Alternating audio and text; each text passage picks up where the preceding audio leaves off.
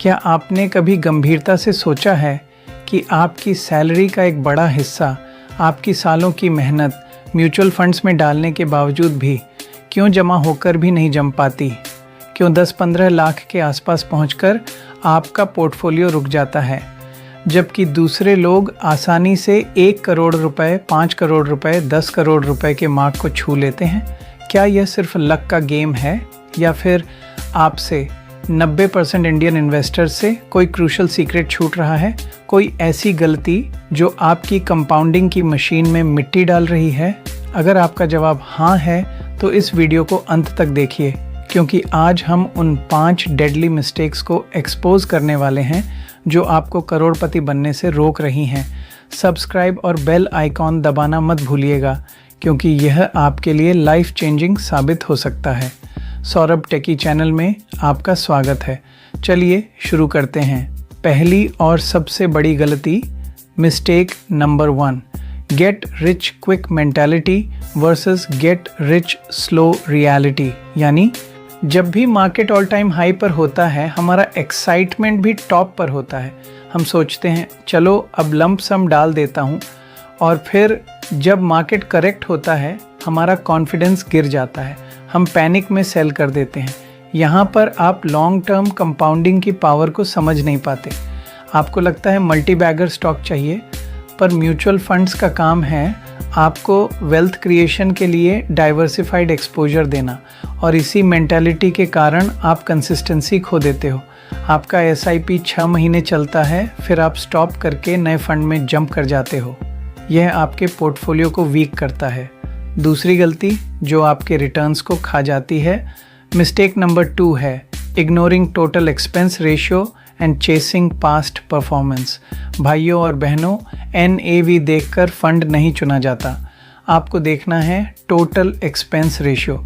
अगर आपका fund 15% return दे रहा है लेकिन उसका टोटल एक्सपेंस रेशियो 2% है, तो आपका एक्चुअल रिटर्न 13% हुआ। 20 साल के इन्वेस्टमेंट में यह 1-2% का फ़र्क आपके 1 करोड़ रुपए को 70-80 लाख रुपए तक पहुंचा सकता है। और हाँ, वो एडवर्टाइजमेंट जो कहता है इस फंड ने 3 साल में 100% रिटर्न दिया, भूल जाओ। Past performance is not an indicator of future results. आपको फंड चूज़ करना है, उसके लिए आपको investment philosophy, fund managers track record और पोर्टफोलियो एलोकेशन देखना चाहिए। नहीं तो आप सेक्टर स्पेसिफिक या थीमेटिक फंड्स में ओवर इन्वेस्ट करके खुद को रिस्क में डाल सकते हो। तीसरी गलती जो सबसे कॉमन है, mistake number 3, no asset allocation and rebalancing. आपके पास 10 अलग अलग म्यूचुअल फंड्स हैं, लेकिन क्या आपने कभी सोचा है कि उनमें से 7 लार्ज कैप फंड्स हैं? आपको लग रहा है आपने डाइवर्सिफिकेशन कर लिया, लेकिन आपका पूरा पोर्टफोलियो एक ही एसेट क्लास में पड़ा है। आपको एक स्ट्रैटेजी की ज़रूरत है। कितना परसेंटेज इक्विटी में होना चाहिए, कितना डेट में? कुछ लोग 25 साल की उम्र में भी 50% पोर्टफोलियो FD में रखते हैं, जिसका real return after inflation negative होता है। इसलिए हर साल या 2 साल बाद आपको पोर्टफोलियो रीबैलेंसिंग करनी चाहिए। मतलब अगर एक्विटीज़ आपके प्लान्ड एलोकेशन से ज़्यादा बढ़ गई हैं तो कुछ प्रॉफिट बुक करके वापस डेट में शिफ्ट करना चाहिए। ये आपको ऑटोमेटिकली प्रॉफिट बुकिंग और रिस्क मैनेजमेंट सिखाता है। चौथी गलती, emotional investing. Mistake number 4, letting fear and greed drive your decisions. यानी मार्केट वॉलेटिलिटी तो रहनी है। 2008, 2011, 2015, 2020 और अब 2025, हर 4-5 साल में कुछ ना कुछ होता है। लेकिन जिसे आप क्रैश कहते हो, वो वेल्थ क्रिएशन के लिए सबसे अच्छी अपॉर्चुनिटी होती है। जब मार्केट मार्च 2020 में 40% गिरा हुआ था, उस समय जो लोग लंप सम इन्वेस्ट कर पाए, आज उनके रिटर्न्स फिनोमिनल हैं। लेकिन हम क्या करते हैं, जब मार्केट ऊपर जाता है तो हम FOMO, fear of missing out feel करते हैं और बाय करते हैं, और जब मार्केट नीचे आता है तो डर के मारे अपना SIP भी स्टॉप कर देते हैं। आपको इमोशनल डिसिप्लिन चाहिए। आपका SIP वॉलेटाइल मार्केट्स में आपका सबसे बड़ा दोस्त है, क्योंकि वह आपको रूपी कॉस्ट एवरेजिंग का बेनिफिट देता है।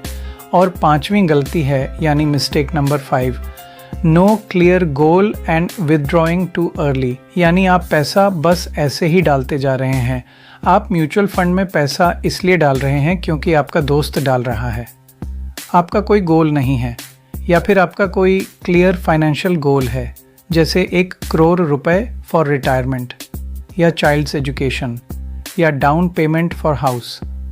इसलिए आपके पास एक लॉन्ग टर्म गोल होना चाहिए, नहीं तो आप 3 साल बाद जब आपका इन्वेस्टमेंट 5 लाख से 7 लाख हो जाएगा, तब आप सोचोगे वाह 2 लाख प्रॉफिट कार के डाउन पेमेंट के लिए निकाल लेता हूँ। यही सबसे बड़ी गलती है। आप कंपाउंडिंग के सबसे पावरफुल फेज़ जो 10-15 साल बाद आना है, वो फेज़ आने से पहले ही इन्वेस्टमेंट को चोक कर देते हो। आपको अपना लॉन्ग टर्म होराइज़न डिफ़ाइन करना होगा। मिनिमम 10-15 साल सोच के इन्वेस्ट करना चाहिए और फिर उस गोल के लिए स्टे इन्वेस्टेड रहना है। पावर ऑफ कंपाउंडिंग को काम तो करने दो भाई। तो फिर सॉल्यूशन क्या है? कैसे बनेंगे 1 करोड़ रुपए? The 1 crore blueprint. आपको क्या करना चाहिए? सबसे पहले start early and stay consistent. अगर आप 25 साल की उम्र में 10,000 महीना SIP करते हो 12% एनुअलाइज रिटर्न मान के, तब 60 साल की उम्र तक आपका पोर्टफोलियो 6 करोड़ प्लस का होगा। टाइम आपका सबसे बड़ा वेपन है। फिर चूज़ फंड्स वाइजली, यानी इंडेक्स फंड्स या मल्टी कैप फंड्स के साथ शुरू करो।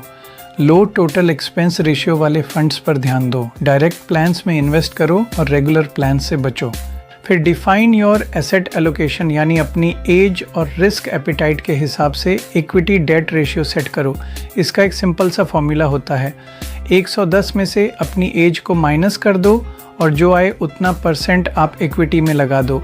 मान लीजिए आपकी एज है 25, तब 110 माइनस 25 हुए 85, यानी आप 25 साल की एज में 85% इक्विटी में इन्वेस्ट कर सकते हैं। अब आप ऑटोमेट और फॉरगेट पॉलिसी को फॉलो करें, यानी अपने SIP को ऑटो डेबिट कर दो।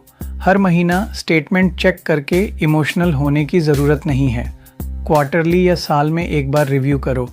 सबसे इम्पॉर्टेंट बात, इंक्रीज SIP विद इनकम, यानी हर साल अपनी सैलरी बढ़ने पर अपने SIP अमाउंट को 10% बढ़ाते रहो। यह स्टेप अप SIP आपके गोल तक पहुंचने की स्पीड को डबल कर सकता है। ये कोई रॉकेट साइंस नहीं है, ये डिसिप्लिन्ड एग्जीक्यूशन है। आज एक डिसीजन लो, अपने पोर्टफोलियो को रिव्यू करो, इन गलतियों को सुधारो। अधिकांश लोग केवल फंड के अच्छे पास्ट रिटर्न्स को देखकर इन्वेस्ट करते हैं, लेकिन past performance is not a guarantee of future returns. Market की स्थितियां बदलती हैं, फंड मैनेजर्स की स्ट्रेटजी बदलती है, इसलिए सिर्फ पिछले साल के 30% रिटर्न के चक्कर में पड़ना गलत है। म्यूचुअल फंड्स कोई गेट रिच क्विक स्कीम नहीं है। धैर्य और समझदार इन्वेस्टमेंट ही सफलता की कुंजी है। साथ ही फाइनेंशियल लिटरेसी बढ़ाते रहें ताकि सही डिसीजंस ले सकें। दोस्तों, 1 करोड़ रुपए का नेट वर्थ बनाना आसान नहीं है, लेकिन असंभव भी नहीं है। यहाँ रिक्वायर्स है स्मार्ट इन्वेस्टिंग, पेशेंस और डिसिप्लिन। म्यूचुअल फंड्स में सिर्फ इन्वेस्टमेंट करना ही काफ़ी नहीं, बल्कि सही फंड्स चुनना, सही अमाउंट SIP करना और सही फाइनेंशियल नॉलेज होना ज़रूरी है। तो अगर आप चाहते हैं कि आपकी वेल्थ 1 करोड़ रुपए के पार जाए, तो इन चीज़ों पर ध्यान दें और शुरुआत आज ही करें। आज के लिए बस इतना ही। और हाँ, इस वीडियो को लाइक करना मत भूलना, शेयर करना अपने दोस्तों के साथ जो म्यूचुअल फंड्स में इन्वेस्ट करते हैं, और कमेंट्स में बताना आपका 1 करोड़ रुपए का गोल क्या है। Retirement, world tour, let me know.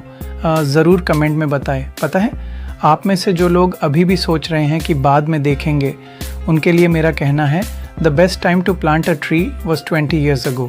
The second best time is right now.